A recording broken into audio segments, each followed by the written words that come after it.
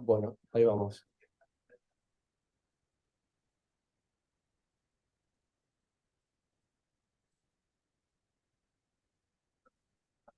De anfitriones, ¿te parece?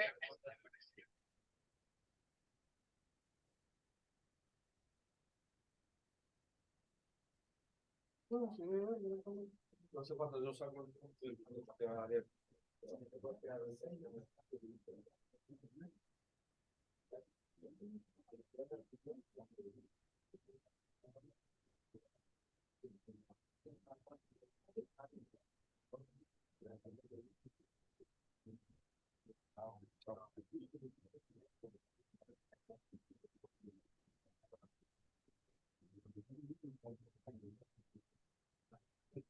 Muy bien.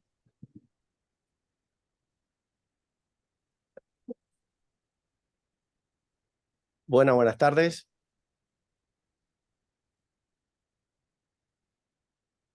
Gracias a todos por participar, respetar los tiempos del recreo, el coffee break. Vamos a empezar ahora con la presentación magistral del ingeniero Daniel Nolasco. Dada los retrasos que tuvimos en las presentaciones anteriores, el espacio de preguntas va a ser compartida tanto por la presentación del ingeniero Nolasco como los expositores anteriores. O sea, van a estar los 4 expositores sentados en la mesa, más Daniel Nolasco vía streaming. Para dar una pequeña introducción, ya podemos dar el video del ingeniero. Perfecto. Una pequeña introducción de Daniel Nolasco. Él es ingeniero consultor en agua y saneamiento. Ha recibido numerosos premios internacionales, publicado más de 100 artículos técnicos y es coautor de 12 libros. Daniel presidió el panel técnico independiente para revisión de propuestas de financiamiento del Green Climate Fund, el mayor fondo a nivel mundial para proyectos de mitigación y adaptación del cambio climático. En 7 años, trabajando para ese fondo, evaluaron 260 propuestas, resultando proyectos de inversión mayores a 45.000 millones de dólares. A su vez, Daniel es vicepresidente de la International Association of Water, la IWA, Asociación Internacional del Agua, es Fellow de la Water Environmental Federation y Fellow del Centro de Agua y Energía de la Universidad de California. Daniel es ingeniero civil de la UBA, tiene un máster en Ingeniería Ambiental en la Universidad de McMaster, en Canadá, y un máster en Gestión Tecnológica del Instituto de Tecnología de Massachusetts, o más conocido como MIT. Daniel, buenas tardes, muchas gracias por estar con nosotros. Bienvenido a la última exposición magistral del Simposio de Residuos. Buenas tardes, Sebastián. Muchísimas gracias por la presentación y muchísimas gracias por la invitación. Quiero, aparte de agradecerte a ti, agradecer a los alumni del Servicio Alemán de Intercambio Académico, a los organizadores de este simposio, al INTA, el Instituto Nacional de Tecnología Agropecuaria, y a los jóvenes profesionales de la IWA de Argentina que están presentes. Y por supuesto a todos los que están ahí. Es viernes a la tarde, la última hora. Yo estoy un poco parado entre ustedes y el fin de semana, así que voy a tratar de entretenerlos lo mejor posible. Pero muy agradecido por esta invitación. Hay 3 temas centrales que me gustaría hablar, y algunos pueden parecer un poco básicos, como decirles que la economía circular en plantas de tratamiento de aguas residuales, la parte de reducción es clave, pero ya se los voy a explicar con un poquito de más detalle. Después, el tema en lo que toca al tratamiento de las aguas residuales municipales o industriales. En los últimos años se ha puesto mucho énfasis en la optimización e intensificación de procesos. Yo voy a hablar un poco de una técnica que desarrollamos en Canadá que se llama auditoría de procesos, y en los resultados de esa técnica en un ejemplo reciente en Brasil. Y después volver un poco al tema de economía circular en plantas de tratamiento de aguas residuales y mostrarles que no solo se reducen gastos de inversión, CAPEX, que le llamamos, o de operación y mantenimiento, OPEX, sino también emisiones de gases de efecto invernadero, no solo en la operación, sino por evitar ampliaciones que no son necesarias. Así que si se llevan estas tres ideas, que reducir es clave en PETARS, que la intensificación de procesos es muy favorable para esto, y que la economía circular no solo reduce gastos, sino que también reduce emisiones de gases de efecto invernadero, y por el ejemplo que les voy a dar, es posible en nuestros países. Alguna vez llegué a escuchar, no hace muchos años, alguien que me decía, no, primero hay que dar el agua potable, el saneamiento, dar cobertura, y después empezamos con estos temas de economía circular que son más de países en desarrollo. La experiencia nuestra, publicada también en un reciente libro que sacamos con el Banco Mundial, es todo lo contrario. Es muy importante desde la etapa de planeamiento empezar a pensar cómo aplicar conceptos de economía circular. Así que estos son los tres temas. Esto creo que lo conocen ustedes todos muy bien, son los principios de economía circular, pero cuando se trata de plantas de tratamiento de aguas residuales, si ustedes le preguntan a algún especialista de eso, que esté haciendo economía circular, lo primero que le va a decir es sí, economía circular tiene que ver con el reuso del agua residual, puede ser reuso indirecto y luego potabilización, o reuso en industria o en el agro. Reciclar, por ejemplo, los nutrientes, nitrógeno y fósforo que llegan por medio del uso de los biosólidos o por medio de la captura de sales de nitrógeno y fósforo como la estruvita. Van a hablar de la recuperación de energía a través de la cogeneración con el biogás que se genera en sistemas anaeróbicos. Y estos tres es lo principal que hablan. A veces algunos le van a agregar el tema de la restauración de los cuerpos acuáticos receptores de estas aguas residuales, que si yo restauro el cuerpo voy a reducir el esfuerzo necesario en, por ejemplo, en potabilizar ese cuerpo de agua, aguas abajo. Todo muy bien, pero rara vez van a escuchar hablar de reducir el tamaño de las plantas de tratamiento de aguas residuales. Y sin embargo, todo esto de los principios de economía circular, si yo reuso el agua residual, estoy reduciendo la abstracción de este recurso del medio ambiente. Si yo reciclo nitrógeno y fósforo, reduzco la generación o la producción de fertilizantes. Si yo restauro los cuerpos de agua, ya le expliqué, puedo reducir el tamaño de las potabilizadoras y por tanto todas las materias primas, energía y agua que se utilizan ahí. Y si yo recupero energía, sin duda alguna no voy a necesitar tomar energía de una fuente externa. Voy a reducir el uso de energía de una fuente externa. Por lo tanto, la reducción es importante, pero yo voy a plantear aquí que es importante también reducir el tamaño de las plantas de tratamiento de aguas residuales. Y esto, la primera vez que lo dije, suena como un poco loco, porque muchos de nuestros países que estamos en desarrollo necesitamos ampliar la cobertura de tratamiento de aguas residuales y por lo tanto necesitamos tener más plantas de tratamiento de aguas residuales. Pero lo que yo estoy diciendo no va en contra de ese principio. Lo que yo estoy hablando es que si usamos principios de optimización de procesos que intensifiquen el uso de la infraestructura existente, yo puedo reducir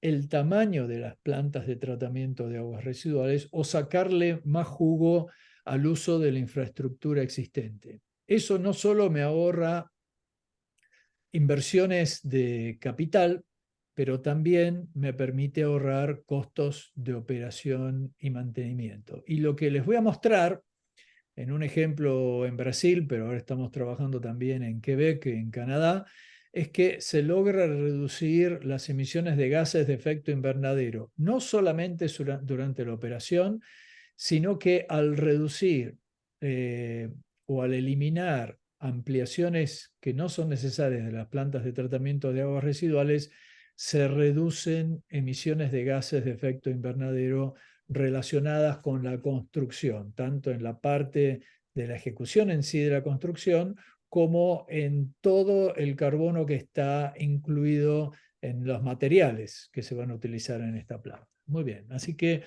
esto que parece básico muchas veces no lo es. Ustedes que pueden estar familiarizados o no con el tratamiento de aguas residuales, una planta de tratamiento de aguas residuales es una serie de procesos unitarios que trabajan para remover contaminantes o para facilitar la remoción de estos contaminantes. Y muchas veces, por lo general, estas plantas se diseñan con base a lineamientos de libros, que son lineamientos por lo general a estado estacionario, son lineamientos bastante viejos, vienen de la época del Clean Water Act de los Estados Unidos de los años 70. Se escribieron estos lineamientos utilizando la experiencia de los años 50 y 60 en plantas y no se han modificado mucho. Yo soy coautor de algunos de estos libros de diseño y no los cambiamos porque en general tienen coeficientes de seguridad que me garantizan que la planta va a operar razonablemente bien, pero estos criterios de seguridad que están ahí no contemplan la operación dinámica de la planta ni las condiciones particulares en dónde está ubicada esta planta, la geometría de los tanques, etc. Entonces, lo que sucede es que si diseñamos una planta para una cierta capacidad nominal o de proyecto, por así decirlo, 4 metros cúbicos por segundo, es probable que un proceso unitario, por ejemplo, el primero que tenemos, el de pretratamiento, tenga una capacidad real por encima de esta capacidad nominal. Lo mismo puede suceder con el tratamiento que le sigue, que normalmente es un tratamiento primario. Puede pasar con los tanques de aireación. En general pasa, no es que puede pasar. Si se trata de un sistema de lodos activados que necesita la inyección de aire, los sopladores y difusores puede ser que estén justos a esa capacidad nominal, los decantadores secundarios pueden que tenga un poco más de esa capacidad nominal, y así puedo seguir también con el tren de lodos o con otros procesos. Ahora, esta planta va a operar bien, sin duda alguna, porque todos los procesos cumplen con esta capacidad nominal. Ahora, si esta planta la necesito ampliar para ampliar la cobertura de servicio de tratamiento y, por ejemplo, voy a una nueva capacidad de 8 metros cúbicos por segundo, esta barra que está ahí en rojo o en naranja, una de las cosas más comunes que sucede es que la gente dice, bueno, si yo tengo 4 trenes que tienen 1 metro cúbico por segundo cada uno y quiero llegar a 8 metros cúbicos por segundo, me ahorro la ingeniería de proceso, me ahorro el tiempo y duplico el tamaño de los tanques que yo tengo. Y esto sin duda alguna va a permitir lograr la nueva capacidad, pero claro, va a duplicar las capacidades reales de cada uno de estos procesos unitarios, resultando en algo como está ahí en esta barra. Las barras no son muy profesionales, pero voy a tener, lo que está mostrando ahí es que voy a tener mucho más capacidad que la que necesito. Voy a cumplir con la nueva capacidad, pero yo podría haber ampliado la planta. Si hubiera conocido las capacidades reales, yo podría haber ampliado esos cuellos de botella nada más y haber logrado llegar a esa nueva capacidad en lugar de todo eso que está arriba de capacidad en exceso, que es un derroche de inversión, de operación y mantenimiento, porque lo tengo que mantener, de huella de carbono, como les voy a mostrar, de huella de agua, de huella de energía, etcétera, etcétera. Ahora, claro, la pregunta es, ¿cómo determino las capacidades reales? Ya hace muchos años en Canadá empezamos a trabajar en estos temas y desarrollamos algo es un paquete de tecnologías de evaluación de procesos unitarios que nosotros llamamos en Canadá auditoría de procesos y ahora se está llamando con ese nombre también ahora en Latinoamérica, que me permiten determinar la capacidad real, no la nominal, la real de tratamiento de cada uno de los procesos unitarios, tomando a la planta existente que quiero ampliar, como si fuera una planta piloto y haciendo pruebas de eso. Y esto fue lo que hicimos recientemente para Sabesp, que es la empresa de agua y saneamiento del estado de São Paulo, en Brasil, que es una empresa que da servicio a más de 30 millones de habitantes, servicio de agua potable y de saneamiento. Es la tercera empresa de agua y saneamiento más grande del mundo y tiene más de 300 petars, pero nos pidieron que evaluáramos las necesidades de ampliación y encontráramos estos cuellos de botella usando esta metodología de auditoría de procesos para 5 de sus plantas mayores. La planta San Miguel, quiere decir estación de tratamiento de efluentes en portugués, una planta de 1,5 metros cúbicos por segundo, la planta de Parque Nuevo Mundo, hoy tiene 2,5 metros cúbicos por segundo, la planta de Barueri, 16 metros cúbicos por segundo, la planta de Susano, 1,5, la planta ABC de 3. Todas estas plantas tenían que aumentar considerablemente su caudal. Por ejemplo, San Miguel va a ser ahora una planta de 4,5 metros cúbicos por segundo, 3 veces. Parque Nuevo Mundo va a ser de 6, Barueri va a ser de 22 y así el resto de las plantas. Entonces, nos pidieron que utilizáramos esta experiencia ganada en Canadá y también recientemente aplicada hace unos años en AISA, la empresa de Buenos Aires y Gran Buenos Aires, que sirve a 14 millones de habitantes, y lo hiciéramos aquí, en San Pablo, en Brasil, con fondos del Banco Mundial. Aplicáramos estas herramientas de auditoría de procesos. Muy bien. ¿En qué consisten estas herramientas que nos permiten reducir las expansiones innecesarias determinando las capacidades de cada proceso unitario? No son herramientas demasiado sofisticadas algunas. Una es estudiar los datos históricos. Por ejemplo, para AISA nos dimos cuenta solamente viendo los datos históricos de operación que algunas plantas ya tenían capacidad demostrada mayor que la capacidad de diseño y entonces no era necesario ampliarlas. Muchas veces es importante calibrar los caudalímetros porque en base a estos caudalímetros vamos a determinar, en base a estos caudalímetros y a pruebas de campo vamos a determinar la capacidad de estos procesos unitarios y si yo mido más del caudal, los resultados de las pruebas de campo no van a ser precisos. Entonces hay metodologías con trazadores como Rodamina, WT, para determinar si el caudalímetro o los caudalímetros, idealmente las plantas deberían tener más de uno, operan bien. Monitoreo en línea, por ejemplo, medición de oxígeno disuelto, de caudal, de sólidos en suspensión totales. Hoy se puede medir mucho en línea. También donde faltan datos, tomar muestras, lo que nosotros llamamos monitoreo offline, llevarlas a hacer análisis de laboratorio, ensayos de jarra de sedimentabilidad, modelación hidráulica. Muchas de estas plantas tienen problemas de división de caudal. Si yo tengo trenes en paralelo y no divido bien el caudal entre los trenes, puedo estar estresando un tren, haciéndolo fallar y tener los otros 2 trenes recibiendo mucho menos caudal y la suma de todo me da una calidad de efluente lejos de la óptima. Por ejemplo, en plantas de tratamiento de tipo de lodos activados, la transferencia de oxígeno es central. El 60-70% de la energía eléctrica de una planta de lodos activados se va en los sopladores para transferir oxígeno al licor de mezcla. Entonces es muy importante evaluar esa eficiencia de transferencia de oxígeno. Pruebas con trazadores, pruebas de estrés. Esto es un típico caso de, por ejemplo, tomo un decantador primario o tengo 8 decantadores primarios y voy sacando decantadores primarios fuera de operación para ver hasta dónde puedo operar con los restantes sin fallar, es decir, teniendo una remoción de contaminación deseada.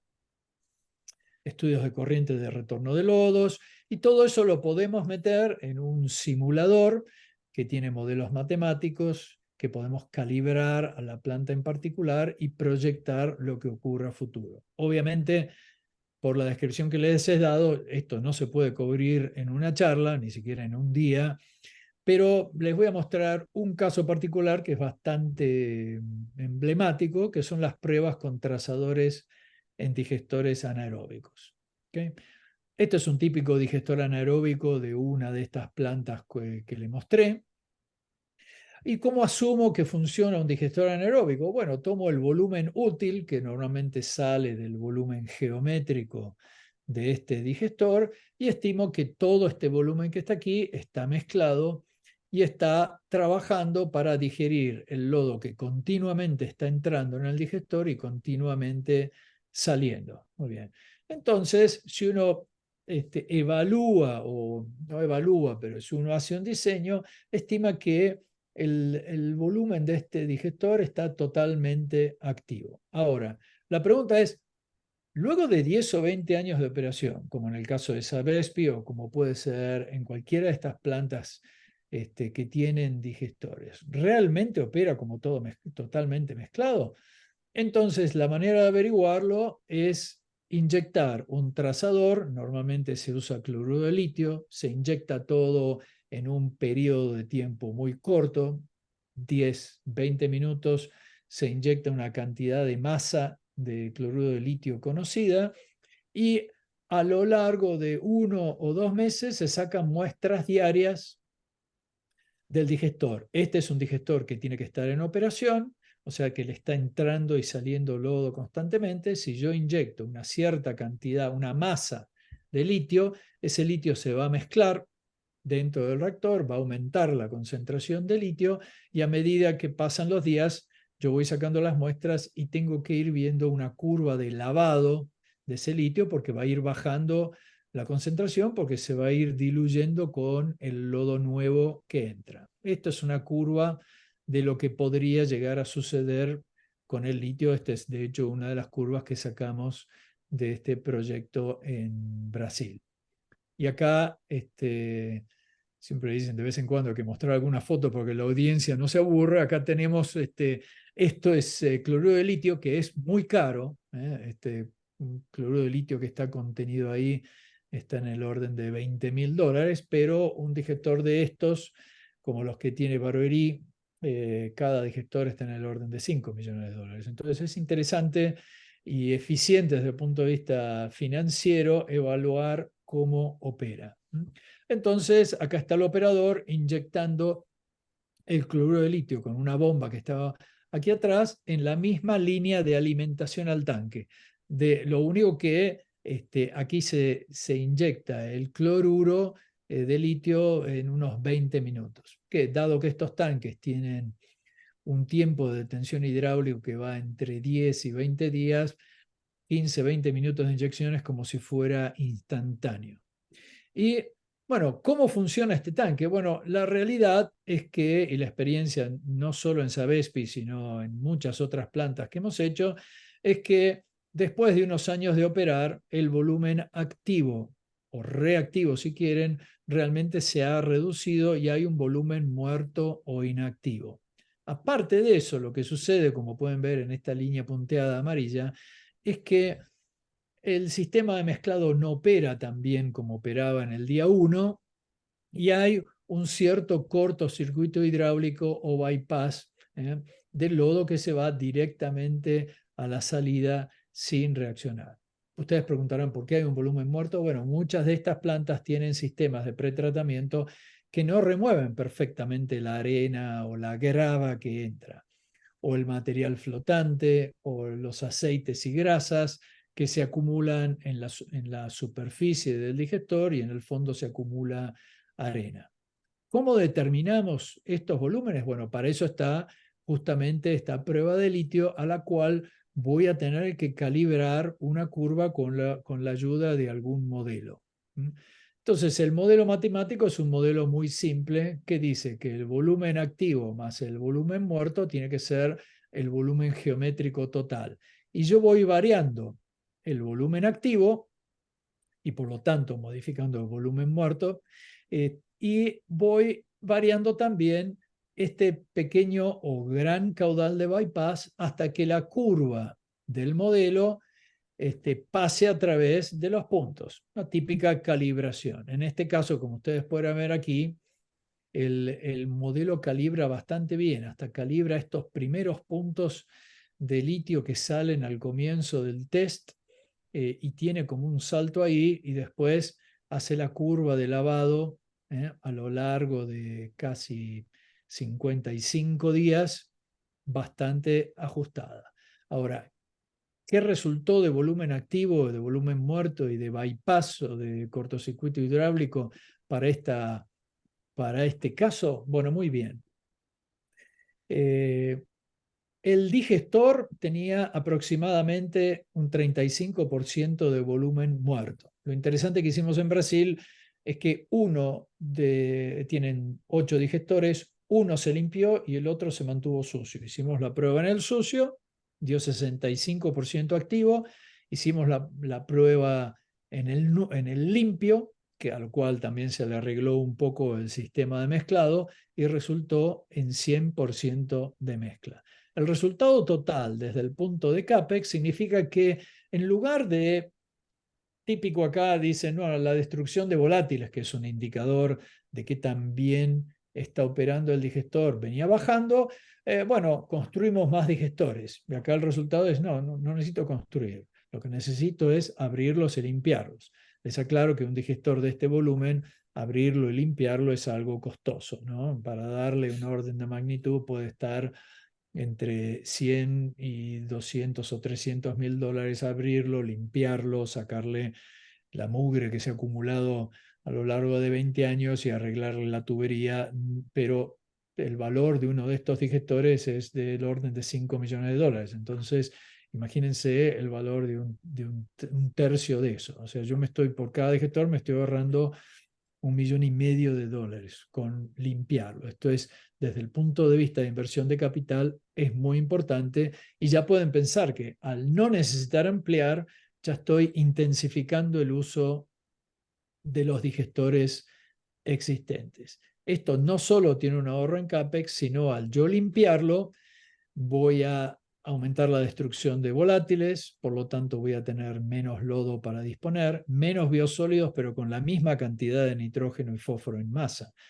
O sea que voy a tener que transportar menos, pero voy a tener una riqueza similar en nutrientes. Voy a generar más biogás, cuanto más destruyo volátiles, más biogás genero. Al generar más biogás tengo mayor potencial de cogeneración de energía, es decir, calor y energía eléctrica.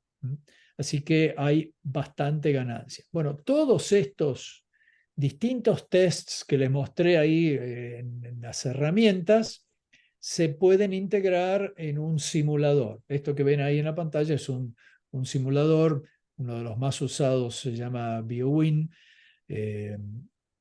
y permite modelar lo que ocurre en los procesos de tratamiento del tren líquido. Acá tenemos los decantadores primarios, los tanques de aireación, los decantadores secundarios, y en el tren sólido, donde tenemos adensadores de gravedad, adensadores de centrífugas, el lodo adensado va para los digestores anaeróbicos y después va para centrífugas de desaguamiento, y acá sale el lodo desaguado. Bueno, cada una de estas herramientas que utilizamos, como la medición en línea y fuera de línea de los datos de entrada y salida de la planta, las pruebas de estrés en los decantadores primarios, las pruebas de transferencia, de eficiencia de transferencia de oxígeno en los tanques de aireación, las pruebas de estrés en los decantadores secundarios, las pruebas de litio en los digestores anaeróbicos, etcétera, pueden ser integrados en un modelo y yo puedo proyectar esta planta a futuro y determinar dónde necesito ampliar y dónde no necesito ampliar, evitando esto que en portugués le dicen espelhamento, que es el espejamiento de la planta. En lugar de duplicar o triplicar la capacidad proporcionalmente al aumento del caudal que va a recibir la planta, aumento solo los cuellos de botella. Como ejemplo, en una de estas plantas, la planta de San Miguel, que tiene hoy una capacidad nominal de diseño de 1,5 metros cúbicos por segundo y tiene que ir a 4,5, acá en gris está la planta existente. Estos son los decantadores primarios, los tanques de dirección, los decantadores secundarios, no les muestro más, pero lo que estaba planeado hacer era, si voy de 1,5 a 4,5, era colocar 2 trenes más o 2 módulos más. Bueno, el resultado de la auditoría fue que no necesitan este módulo adicional aquí, con algunos retoques, lo que se llama retrofit de la planta, puedo lograrlo. Lo mismo sucede en el tren de lodos. Esta es una planta de las más pequeñas de las que vimos, pero tenemos plantas mucho más grandes. Bueno, el resultado total, expresado en dólares, para 4 de las plantas que les hablé, que en total van a tener que expandirse de una capacidad nominal de 23 metros cúbicos por segundo a una cercana a 34, haciendo la ampliación convencional, estaba en cerca de 550 millones de dólares. Haciendo la ampliación optimizada a través de este proceso de auditoría de procesos, se van a necesitar solo 320 millones. Esto es un ahorro de 230 millones para una inversión de estudios del orden de $1 millón. O sea que hay un rendimiento de esos estudios bastante importante con la auditoría de procesos. Acá les pongo, en algún momento se habló de ampliación a tratamiento terciario. Estos son los números para que tengan una idea de las inversiones de capital que están planificadas para estas plantas. Muy bien, estos son los ahorros logrados. Ahora, claro, este trabajo que llevó 1 año y medio de auditorías no es posible sin el compromiso de los equipos de ingenieros y operadores. Nuestro estilo es, como se hace en Canadá, es trabajar mano a mano con los operadores. Acá esto es uno de los ingenieros, el ingeniero Van den Broek de nuestra empresa. Este es el gerente de la planta y acá están trabajando con 2 operadores. Este es una tapa que se pone para la prueba de off-gas. Se deja flotando sobre el lodo activado, se capta el off-gas y se mide la presión parcial de oxígeno. Y se toma la diferencia con la presión parcial de oxígeno del aire que le estamos inyectando en los difusores abajo en el tanque. Y la diferencia es lo que se transfirió al licor de mezcla y de ahí sale la eficiencia de transferencia de oxígeno. Aquí está el doctor Diego Rosso, un asociado nuestro, es profesor de la Universidad de California, es un especialista en transferencia, es el especialista mundial en transferencia de oxígeno en plantas de este tipo. Va a estar trabajando con nosotros durante 1 año a partir de enero, así que si tuvieran algún interés en esto, creo que puede ser muy interesante tenerlo al doctor Rosso con ustedes. Pero esto es esta especie de canoa dada vuelta, tapa en el tanque. Y este es el equipo, en este caso en San Miguel, trabajando. Esta es una de las ingenieras de Sabespi durante las pruebas de estrés. Estos son los decantadores primarios de la planta ABC, otras de las plantas que estudiamos. Ahora, hablando de cambio climático, como para cerrar ya la charla, una de las cosas interesantes que evaluamos fue, dentro de otro proyecto que estamos haciendo en esta etapa, medimos las emisiones de gases de efecto invernadero en estas 5 plantas, incluyendo también las emisiones relacionadas a los efluentes no tratados. Acá en las plantas consideramos lo que se llama alcance 1, scope 1, 2 y 3. Esto es la proyección para el año 2030. Si bien hay un aumento, tienen que considerar que hay un aumento drástico en el tratamiento de las aguas residuales y, sin duda alguna, eso va a aumentar las emisiones de metano, de óxido nitroso y también la demanda de energía eléctrica para tratar en estas plantas, ¿no? Ahora, esto que está aquí, esta barra que está ahí, son las ampliaciones que se evitan por haber reducido la ampliación no necesaria. O sea, esto que les mostré para San Miguel, expandido para las otras 3 plantas. Fíjense que son equivalentes a un año de emisiones del año 2030 con un caudal muchísimo mayor de tratamiento. Son 36 metros cúbicos por segundo, es enorme, son más de 20 millones de habitantes servidos con estas plantas.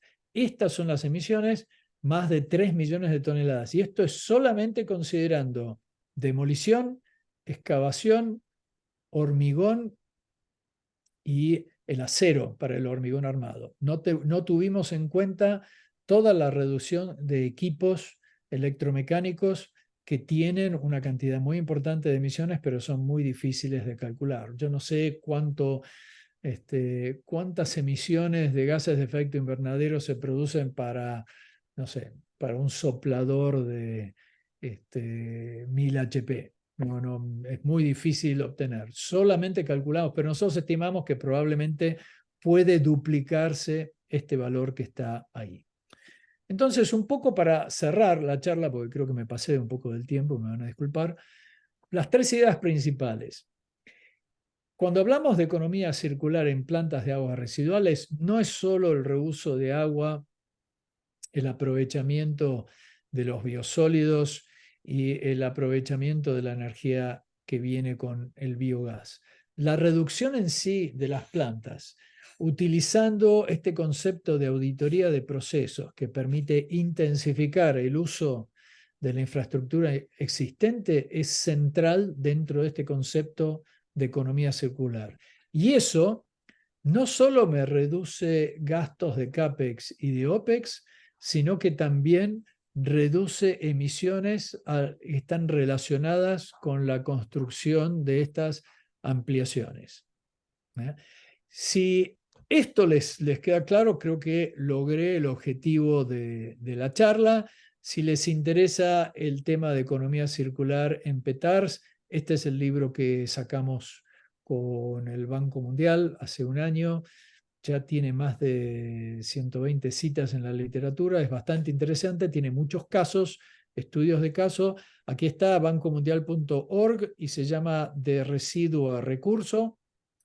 Y si tienen cualquier duda sobre la presentación, me pueden mandar un correo electrónico. Bueno, con esto paro aquí. Me van a disculpar si me pasé del tiempo. Muchas gracias, Daniel.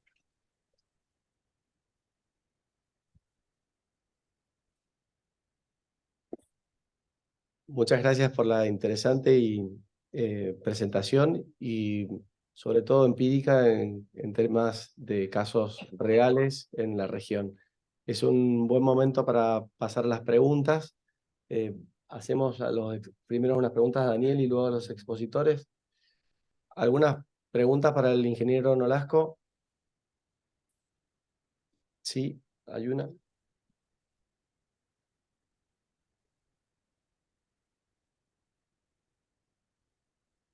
Hola, buenas tardes. ¿Se escucha? Sí, se escucha. Buenas tardes. Ok, No lo puedo ver, pero lo escucho. bien. Manuel es mi nombre.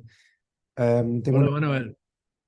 Hola. Con respecto a la limpieza del biodigestor, entendí que después de la limpieza sí se logró una eficiencia o una retención hidráulica del casi 100%, como te diría, un aprovechamiento del volumen de casi 100%, ¿no? Em, Perdón. Entonces, mi pregunta era si el biodigestor, que asumo que no tiene mezcla activa, digamos, sin mezcla forzada, em, entiendo que ese cambio mostró que el biodigestor, sin tener la mezcla activa, tiene una mezcla completa en el proceso, ¿no? Y cómo ¿no? Digamos, o tenía mezcla. No, termina tu. No, tiene mezcla, tiene lo que se llama las lanzas que entran y se mezcla con biogás, pero la experiencia es que estos digestores de formato de pastel de cumpleaños, que son, digamos, cilíndricos y con fondo y techo cónico, aun que tengan la mezcla y aun que estén limpios, rara vez tienen el 100% del volumen activo. En este caso particular, por un sistema muy optimizado de mezcla, logran el 100%. Pero en general, si uno quiere tener digestores con un 100% de mezcla, lo normal tiene que ir a estos digestores de formato ovoide que fueron desarrollados primero en Alemania, ahora hay en muchas plantas en los Estados Unidos. Nueva York tiene, Los Ángeles, Hyperion tiene. Aquí en Sabespe hay una planta que no es exactamente ovoide, pero es bastante parecido. Eso es casi la única manera de lograr un 100% de mezcla, porque en general siempre hay esquinas en el tanque que no se mezclan. Pero igual, continúa con la pregunta, porque en una de esas querías otra cosa, saber otra cosa. No, eso básicamente no sabía que tenía la mezcla por el gas mismo, porque justo trabajo en una planta de tratamiento acá en Argentina y me sirvieron varios de los conceptos para ir optimizando o proponiendo algunas de esas medidas, más que nada la limpieza, pero primero obviamente analizando un poco cuántos años están en funcionamiento, si se hizo limpieza, diferentes de esas cosas, y justamente estos biodigestores no tienen mezcla, entonces por ahí fue un poco la pregunta en esa dirección, entonces gracias.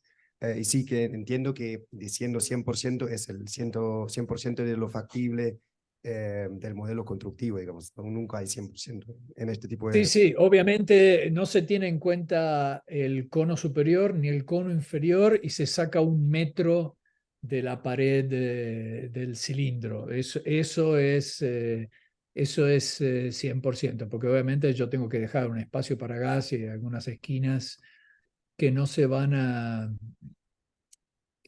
mezclar. Pero el tema, mira, uno de los temas centrales, si tú estás trabajando en una planta, el proceso más importante de la planta, después de trabajar casi 30 años en esto, es el pretratamiento, eh, que por lo general lo diseñamos mal, las rejas y los desarenadores. Si nosotros no sacamos la arena al comienzo de la planta, la arena termina en el lodo y termina dentro del digestor.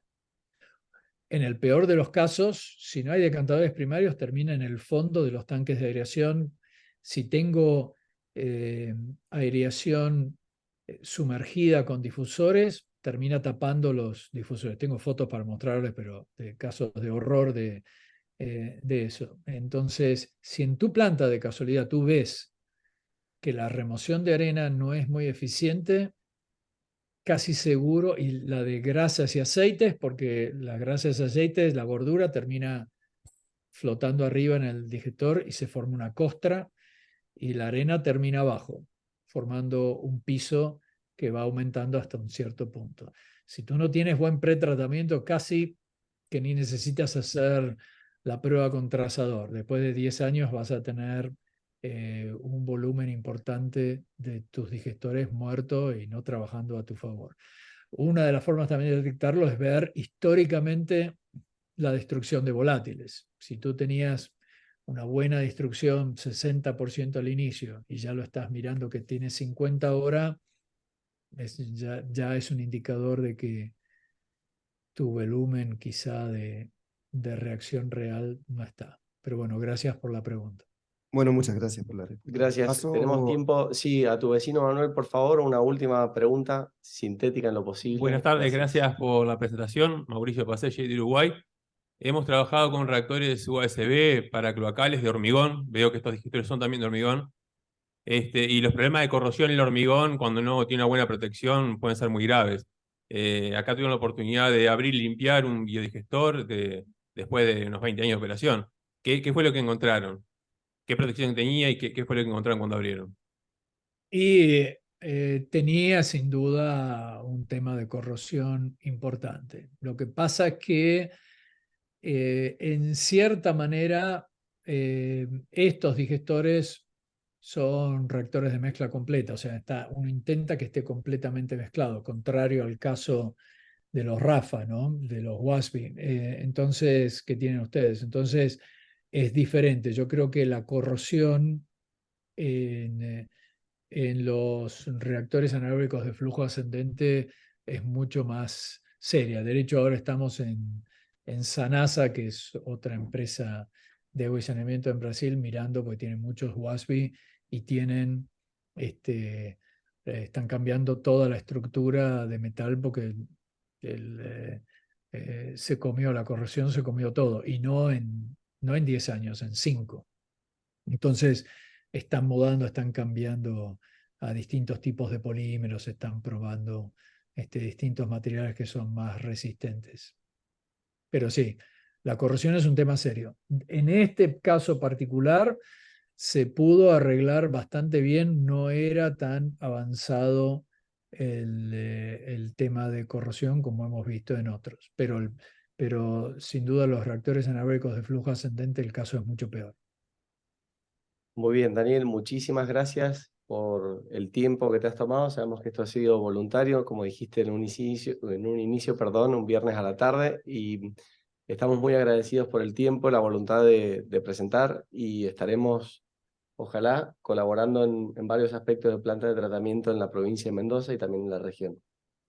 Bueno, va a ser un placer, Sebastián. Muchas gracias por la invitación de nuevo y gracias a todos los presentes por la paciencia y bueno, que tengan un buen fin de semana. Chao, hasta luego. Gracias.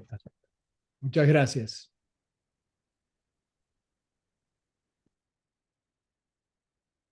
Perdón.